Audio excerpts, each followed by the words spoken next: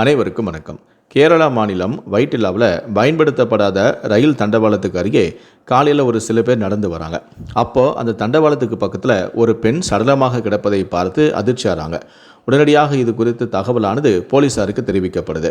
போலீஸாரும் சம்பவ இடத்திற்கு விரைந்து வந்து இறந்த பெண்ணுடைய உடலை கைப்பற்றி பிரேத பரிசோதனைக்காக அனுப்பி வைக்கிறாங்க. இது பயன்படுத்தப்படாத ரயில் பாதைன்னு யாரோ தெரியாமல் இந்த பெண்ணை கொலை செஞ்சுட்டு தற்கொலை போல சித்தரிப்பதற்காக இங்கே கொண்டு வந்து போட்டிருக்காங்க அப்படிங்கிறது போலீஸோடைய விசாரணையில் தெள்ள தெளிவாக தெரியுது. இந்த பெண் யார் இவங்களை இங்கே கொண்டு வந்து போட்டாங்க அப்படின்னு சொல்லி போலீஸார் வழக்கு பதிவு செய்து தீவிரமான விசாரணையை ஆரம்பித்தாங்க.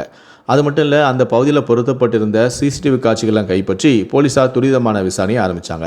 அப்போ தான் இரவு இந்த பெண்ணும் ஒரு நபரும் இந்த தண்டவாளத்து பக்கத்திலே நடந்து வந்தது அதில் பதிவாக இருந்துச்சு. இதையடுத்து போலீஸார் நடத்திய துரிதமான விசாரணையில் தான் இந்த கொலை சம்பவத்தில் பல திடுக்கிடும் தகவல்கள் வெளியாயிருக்கு. அதாவது இறந்து போன பெண் கோட்டயம் சிங்கவனத்தை சேர்ந்த சுதா பேபி. இவங்களுக்கு 45 வயசாகுது. இவங்க கணவனை பிரிந்து வாழ்ந்துட்டு வராங்க. சுதா பேபிக்கு தன்னுடைய தாயார் மூலமாக கடந்த 20 வருஷத்துக்கு முன்னாடி தற்போது 63 வயதாகும் ஓய்வு பெற்ற உயர்நீதிமன்ற ஊழியரும் பொன்னுருணி பகுதியை சேர்ந்த சாஜி என்புடன் பழக்கம் ஏற்பட்டிருக்கு. இந்த பழக்கமானது நாடுவில் நெருக்கமாக மாறி அது தகாதுறவாக மாறியிருக்கு. அதன் பிறகு சுதா பேபியும் சாஜியும் அடிக்கடி தனிமையில் சந்தித்து உல்லாசமாக இருந்து தங்களுடைய கள்ளக்காதலை வளர்த்துட்டு வந்திருக்காங்க. சுதா பேபிக்கு சாஜியுடன் தகாத உறவு ஏற்பட்டதால் அவங்க விவாகரத்துக்கு பிறகு வேறு ஒரு திருமணம் செஞ்சுக்கல. கிட்டத்தட்ட 20 ஆண்டுகளாக இவங்களுடைய தகாத உறவு தொடர்ந்துட்டு வந்திருக்கு. ஆரம்பத்தில் கோட்டயம் பகுதியில் வசித்து வந்த சுதா பேபி இவங்களோட தகாதுறவு ஏற்பட்ட பிறகு தன்னுடைய தாயாரோட பூந்தோட்டில் தான் வசித்து வராங்க.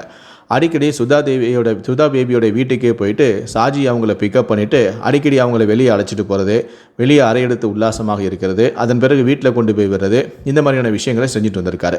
ஆனால் கடந்த சில நாட்களாகவே சுதா பேபிக்கும் சாஜிக்கும் இடையே தகராறு ஏற்பட்டிருக்கு. அடிக்கடி பிரச்சனை ஏற்பட்டு சண்டை வெடிச்சிருக்கு. இதனால் சுதா பேபியை பேசி சமாதானம் ஆக்கிக்கலாம் அப்படின்னு சொல்லிட்டு கடந்த ஞாயிற்றுக்கிழமை தான் பூந்தோட்டில் இருக்கக்கூடிய அவருடைய தாயார் வீட்டுக்கு போயிட்டு சுதாவை பிக்கப் பண்ணிவிட்டு சாஜி அருகில் இருந்த வைட்டிலா பகுதிக்கு ஒரு ஹோட்டலில் உணவு சாப்பிட்ருக்காங்க. அதன் பிறகு ரெண்டு பேருமே அப்படியே கொஞ்சம் நேரம் ஜாலியாக பேசிட்டு வரலாம் அப்படின்னு சொல்லிட்டு ரயில் தண்டவாளத்தை ஒட்டி நடந்து போயிட்டு இருந்திருக்காங்க. அப்படி போயிட்டு ரெண்டு பேரும் பேசிகிட்டு இருக்கும்போது தான் திடீர்னு அவங்களுக்குள்ள மீண்டும் சண்டை ஏற்பட்டிருக்கு. இதனால் கோபமான சாஜி அந்த பெண்ணுடைய முகத்தில் ஓங்கி குத்திருக்காரு. அந்த சமயத்தில் அந்த பெண்ணுடைய மூக்கு உடைஞ்சி ரத்தம் வெளியே இருக்குது. கோவத்தில் சாஜி அவளை தள்ளியும் விட்டுருக்காரு. அப்போ அருகில் கிடந்த ஒரு கல்லில் விழுந்து அவருடைய தலையிலையும் அடிபட்டிருக்கு. இதனால் வலி தாங்க முடியாமல் சுதா கதறி அழுது கத்திருக்காங்க. இதனால் சத்தம் கேட்டுறக்கூடாது அப்படின்னு சொல்லி ஓடி வந்த சாஜி சுதாவுடைய மூக்கையும் வாயையும் சேர்த்து அழுத்தமாக பிடிச்சிருக்காரு. அவர் எவ்வளோ சொல்லி பார்த்துருக்காரு, அழாத அப்படின்னு சொல்லி பார்த்துருக்காரு. ஆனால் சுதா பேபி கேட்காம சத்தமாக அழுதுருக்காங்க. இதனால் அதிர்ச்சியான சாஜி வேகமாக ஓடி மூக்கையும் வாயும் சேர்த்து பொத்தியதால் அவங்களால மூச்சு விட முடியாமல் திணறி இருக்காங்க. இதனால் கொஞ்ச நேரத்திலேயே சுதா பரிதாபமாக இருந்துட்டாங்க. இதனால் அதிர்ச்சியான சாஜி இந்த கொலையை தற்கொலை போல சித்தரிப்பதற்காக இரவு நேரம் என்பதால் இந்த ரயில் பாதையில் ரயில் வராதுங்கிறத தெரியாமையே இதை தற்கொலை போல சித்தரிக்கணும் அப்படின்னு சொல்லிட்டு சுதாவுடைய உடலை கொண்டு தண்டவாளத்துக்கு பக்கத்தில் போட்டுட்டு அங்கிருந்து நைட்டு எஸ்கேப் ஆயிருக்காரு. அதன் பிறகுதான் காலையில் வந்த மக்கள் இங்கே ஒரு சடலம் கிடப்பதை பார்த்து போலீஸாருக்கு தகவல் கொடுத்துருக்காங்க. அதை தொடர்ந்து நடத்தப்பட்ட விசாரணையில் தான் இந்த கொலை செய்தது சாஜி அப்படிங்கிறத போலீஸார் கண்டுபிடிச்சாங்க. அதன் பிறகு அவரை சம்பவ இடத்துக்கு அழைத்து எப்படி இந்த கொலை பண்ணீங்க, என்ன நடந்துச்சு அப்படின்னு சொல்லி அவரை நடிச்சு காட்ட வச்சுருக்காங்க. அதன் பிறகு அவரும் எப்படி நடந்துச்சு, என்ன ஏது அப்படின்னு சொல்லி போலீஸார்கிட்ட வாக்குமூலமும் கொடுத்துருக்காரு.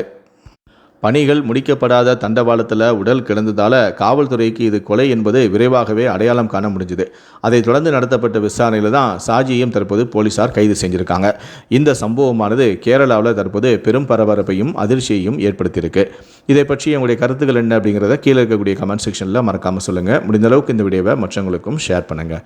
நன்றி, வணக்கம்.